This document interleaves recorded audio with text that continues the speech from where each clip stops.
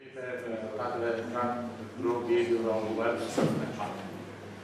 the aim of the work is the crack growth test and numerical analysis of frictional steel welding by the flat stiffened panel. The outline is welding test, welding testing, PEM simulation, deep simulation, and comparison of numerical and experimental patterns. Okay. The stiffened panel is composed of two zeta-shaped stringer with 1.3 mm thickness. The stiffeners joined to the flat panel by two lap welding joint. The panel at center presents a notch with a length equal to 40 millimeters. The panel and the stiffeners are made in aluminum alloy 2043. Okay, quality testings were carried out under constant amplitude loading with the load ratio 0.1 and the maximum load is 43.5.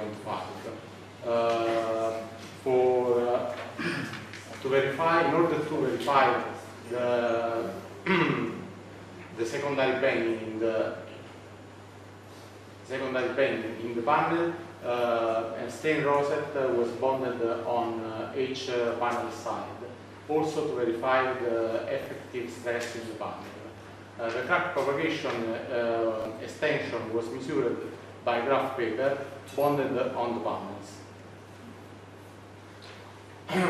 The load is applied along the whole of the specimen by means a grid fixture. The fixture was designed in order to reduce the secondary bending in the panel, and for this scope, two special plates was bonded on each side of the panel. Numerical model. FEM and DBM model have been developed to investigate the crack parameters during the crack propagation. A model of wool pane has been developed, and crack propagation is simulated by using both finite element code ANSYS and boundary element code BASIC. Okay, the FEM model of the panel was created using two-dimensional eight shell elements for the stiffeners. The elements, each node of elements have 6 degrees of freedom, and the skin was modeled with the two-dimensional plane elements with 8 nodes, with 2 degrees of freedom for each nodes. For DBM model was realized by software BASIC. The panel is divided in 4 zones. The zone 1 modeled the skin, zone 3 the fixture grips, and zone 2 and zone 4 modeled the stiffeners. The stiffeners was split in 2 different zones in order to allow the crack propagate without affecting the approaching stiffener that fails only after that the cracks overcome it. In particular, in this area, there are 2 layers overlapped. The first layer models the skin, the second the stiffener. The stiffener are modeled with a width equal to 7 mm, corresponding to the width of the welding line. The thickness of zone 2 is 18.65 millimeter, and such values make the transversal area equal to the transversal area of the real stiffener. Zone 4 has a thickness equal to 17.35 millimeters. That is the thickness of the zone 2 minus the thickness of the skin. The connection between zone 2 and zone 4 is modeled by a half circle. This is a way to provide a continuity between the two parts in which the stringer is divided. In this way, the modeling, the two-dimensional deep-bend model can reproduce the same membrane stiffness of the test panel. The zone 3 has a thickness equal to 30 millimeters. The Young modulus of this zone is 200,000 megapascal, and Poisson ratio is 0.3. The high thickness performs high rigid body of this zone. Okay. The figures show the initial scenario, the first scenario evaluated by deep-bend and FEM analysis. This scenario is based on two cracks from two sides of the notch with a length of 0.0 millimeter on each side.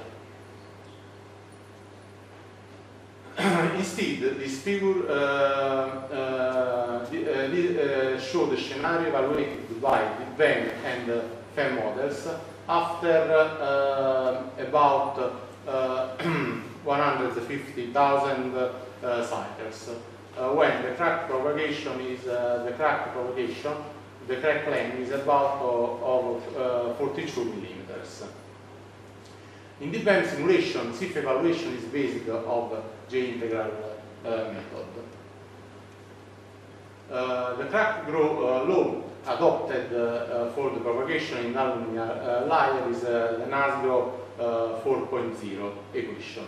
For FEM and deep-bend analysis, it comes out that two crack tips proceed with nearly the same growth rates, but due to the different initial distance from the stiffeners, the late tip reaches the stiffeners before that the right tip.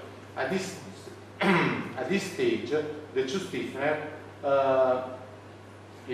are still both intact, providing a relevant bridge effect.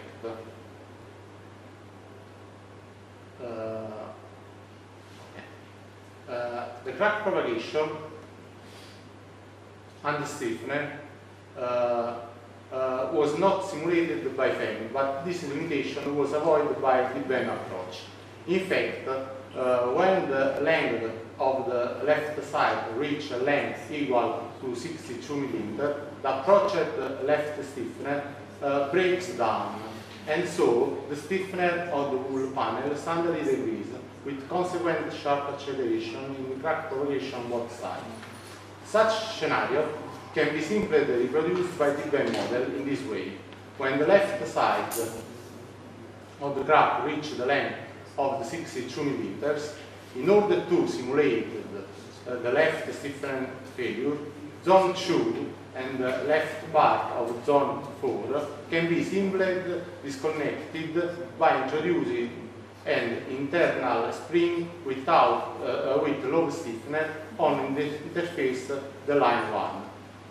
From this point on, there is no load transfer anymore from the left stiffener, then because unloaded in the central part.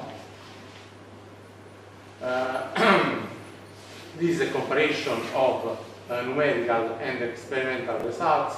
The results are in good agreement.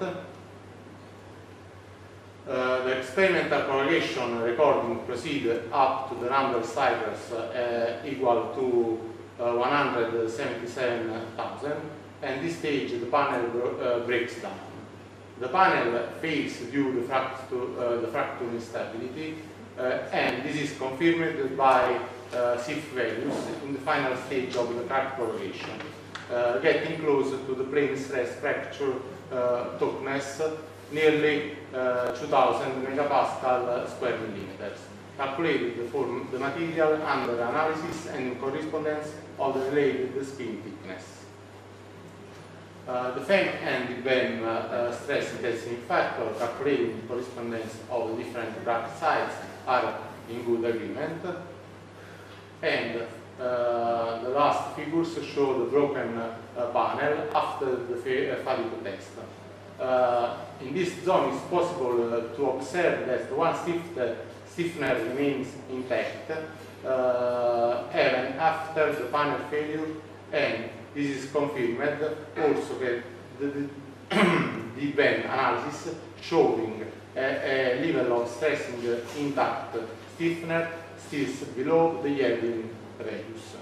In conclusion, in this study, experimental tests and numerical approach have been used to evaluate fracture arrest capability of friction steel welding stiffeners on flat panel with the presence of the crack subject to fatigue loads. FA model and the BEM model of the wool panel specimen have been developed to investigate the crack propagation. The numerical and experimental results are in good agreement.